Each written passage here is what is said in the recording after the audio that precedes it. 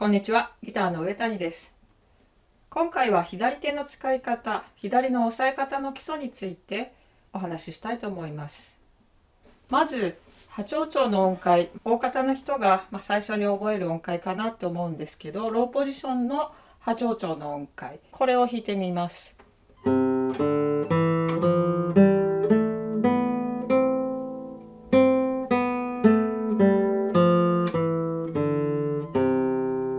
こんな感じですね。まず最初の音は5弦の3フレットですね。ここから始まります。で、この押さえる場所ですね。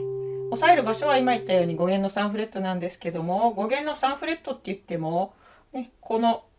っからここまで1、2、3と、この3フレットっていうのはこっからここまで幅がありますよね。この中でこのフレット寄りの方ですね、ここ1フレット、2フレット、3フレット、この3フレットを押さえるっていうことは、この3フレットの近く、この幅の間の3フレットの近くを押さえる、これが一つコツになります。こんな感じですね。で、実際じゃあもうちょっとこっち側にねずらしていくとどうなるか。ちょっとね、ここがちょっとビリつきノイズが出てますよね。フレットから離れてしまうとちょっとそういうノイズが出やすくなる。で、それを抑え込むためには、力を入れて抑えればここら辺でもノイズは出ませんけど、力がいるってことですね。なのでできるだけ軽い力で綺麗な音を出そうと思うと、フレットのそばを押さえた方がいいっていうことです。でも逆に今度フレットに近づきすぎちゃうと、今もうかなりフレットの上に乗っちゃってるような感じですね。そうするとちょっと今度は音がこもっちゃうんですね。これがフレットの間際を押さえてるとこですけども、フレットに乗るとちょっとこんな感じで詰まった音になっちゃいます。なのでここら辺を押さえるのがポイントですね。で、こんな風にフレットの際を押さえながら1オクターブ弾くわけですけども、手全体の動きとして気をつけてもらいたいのはここのラインですね。これは右手の時も同じようなお話したかと思うんですけども、この中指から肘ですね、手首を通って肘につながるこのラインですね。これが変に曲がらないように、こうなったり、あまりこっちにはね曲がりませんけど、あと特に左手の場合はこれもあるんですけども、こういう角度ですね。こういう風にネックより前に突き出しちゃったり、あるいは逆にこういう風に変に曲がっちゃったりしないように、これはちょっと角度を変えてこうやってみた方が分かりやすいかもしれないですね。この角度ですね、ここです。ここが今割とまっすぐになってると思うんですけど、これでちょっと波長長のさっきの音階を弾いてみますと、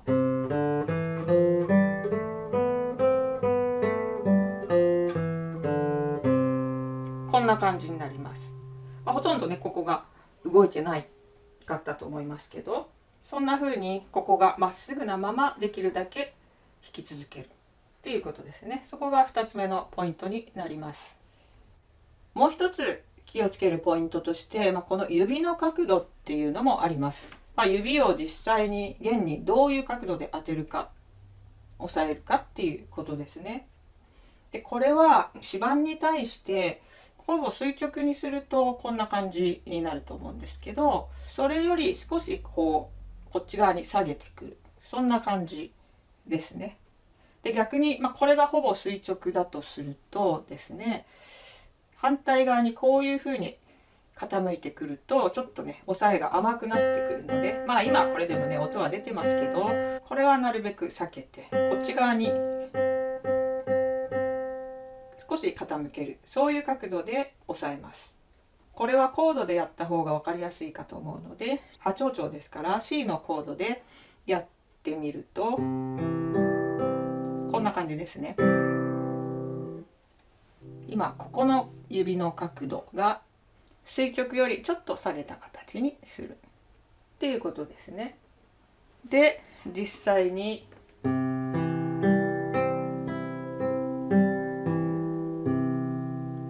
全部の音がきれいに出てますよね。一弦に少し触っちゃってるぐらい今傾けてます。なので一弦がちょっとね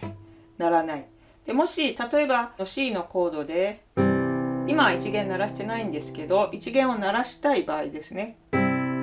今一弦を鳴らしてます。そうだとこの場合はもちろんこの1の指は一弦に触っちゃダメなので、触らないようにでもちょっとこっち側に傾ける。ギリギリ触らないぐらいに傾けるっていうことですね。よく隣の弦に触らないようにと思ってちょっとかなりこういう風に避けちゃって傾け、こっち側にね、さっき言ったようにあんまりこういう風に傾けてくるとちょっと指が浮いてきちゃうんですね。なので今ちょっと少しびりついてるの分かりますか？あんまりこっちに傾けてくると指が浮いてきちゃってこれもびりつきの原因になります。なのでできるだけこっち側に傾けて、今みたいに一弦を鳴らしたい時は一弦に触らないギリギリのところで傾きを止めるっていうことですね。でそんな風にして押さえることでここのラインがあまり曲がらず、あとこういう風になったりもせず弾くことができます。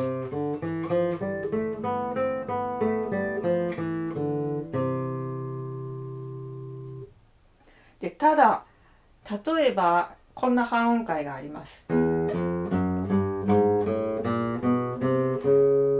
今見てもらうと分かると思うんですけど、ちょっとここが曲がってますよね。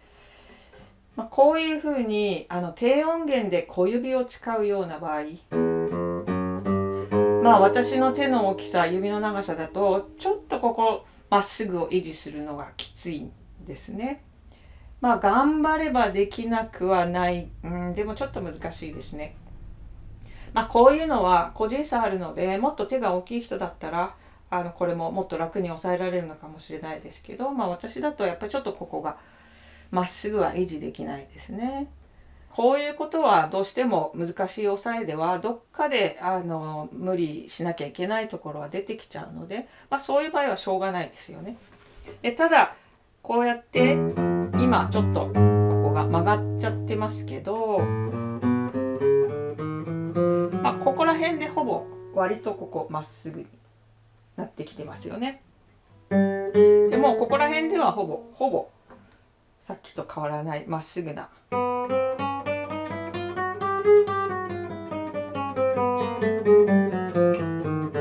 でもここら辺でまたね下がってくると5弦あたりからちょっとまっすぐで弾くのがきつくなってくる感じですね。もう本当そういう場合はもちろんしょうがないですから、ただ本当にしょうがないかどうかはいろいろね試してできる、もっと楽に抑えられる形がないかな。できるだけ楽なっていうのはここがまっすぐな方がね、今そんなに小指ちゃんと押さえなければ割とまっすぐでいられるんですけどね、ちょっと小指押さえようとすると少しここが曲がっちゃいますね。そこら辺はバランスを探りながら練習するっていうことがポイントになると思います。実際の指の動きとして特に意識するといいのは指をよく曲げるっていうことです。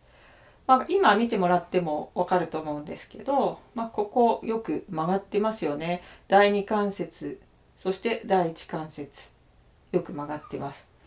これは今1の指2弦の上にありますから割と曲げやすいっていうことはあります。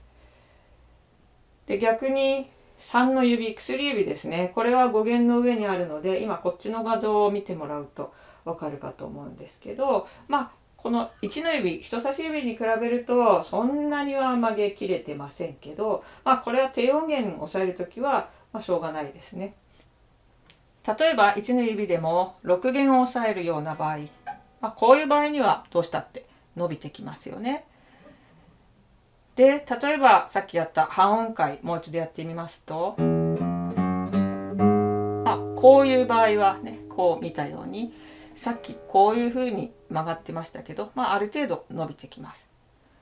ただそれでも完全に伸びてるんじゃなくて、やっぱりちょっとここは曲がって、ここも軽く曲がってますよね。できるだけこの関節は伸びきらさせないで曲げておくっていうことですね。で、実際こっちの画像を見てもらっても、この小指も完全に伸びた形ではなくて少し曲がってます。そんな風にしてこ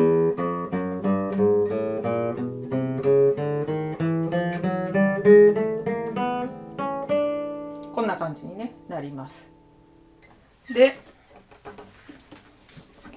こういう風にするとちょっとこっちで小指の角度が見やすいかと思いますけど、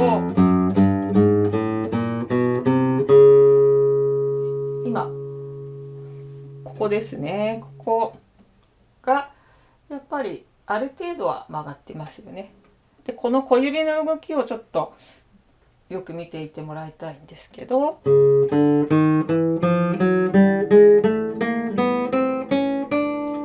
2弦まで来ました。2弦まで来るとかなり曲がってますよね。ここですね、ここが。でその代わりちょっと見てもらうと、このフレットの際を押さえるっていうのはちょっとこれ私の手の大きさではこの押さえをするとちょっと今意識してここまで伸ばせば結構いけますけど、この流れの中で来るとちょっとここら辺になってました。これも本当はもうここら辺まで伸ばせればいいんですけど、実践上はやっぱりいつも理想の形にはいかない。今ここを曲げることを優先しちゃうとちょっとフレットからは遠い位置になってますけど、ただよく曲げられてはいるかなって思います。で、特に1弦まで来るとかなり曲がってるのがわかると思いますけど、で曲げるとここですね、ここの空間があんまりこういう風にならない、この方が安定します。目安としてはここがあんまりネックから離れないようにする、そこを少し気をつけるといいと思います。今かなりここがこっちの画像で見てもらっても小指が伸びちゃってるんですけど、そうなるとここが離れちゃう。なので、これをできるだけ近づけようとすると、こんな指を曲げてくれば自然と近づきますよね。だからできるだけ、特に小指ですね、人差し指は割と曲げられるんですけど、小指ってちょっとかなり意識しないと曲げにくいので、そしてさらに曲げるとこうやってちょっと場所が内側に入ってきちゃうんですね。なのでそこのバランスが難しいところですけども、やっぱりよく曲げるようにそこは意識して練習してみてください。その時にちょっと親指の位置どこなのっていうのもよく聞かれるので、一応こうお見せすると、今この波長長の音階を弾こうとしている段階ではここら辺に私の場合は親指があります。これもある程度個人差があるので絶対ここですよってわけじゃないんですけど、参考までに私はここら辺に置いてます。でこれで